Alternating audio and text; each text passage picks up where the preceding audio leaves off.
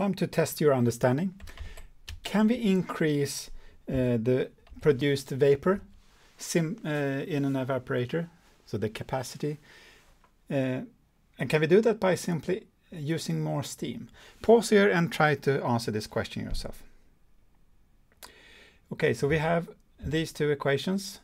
S times HS minus HK equals V times HV plus LHL minus FHF. And we also know that that equals K times A times the temperature difference Ts minus T. So what does this mean? Well, if we increase S, we still don't change the K value, we still don't change the area, we don't change Ts, and we don't change T. So this doesn't make sense. So what happens is, if you remember the mass balance over of the steam side, we had S equals K. We assume that all S condenses. But if you increase S and you have a poor equipment, then some steam will not condense.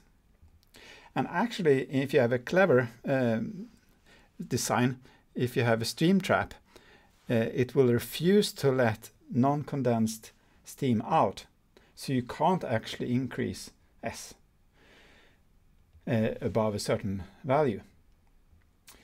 Now, what do we need to do? We need to increase either K, the area, or this temperature difference. How to increase K? Well, that's difficult. Perhaps if you have a circulator evaporator, you can increase the circulation, thus increasing the Reynolds number and thus increasing the K value a bit, but not very much. What about the area? Well, you can redesign the heat exchanger and the evaporator, but otherwise, no.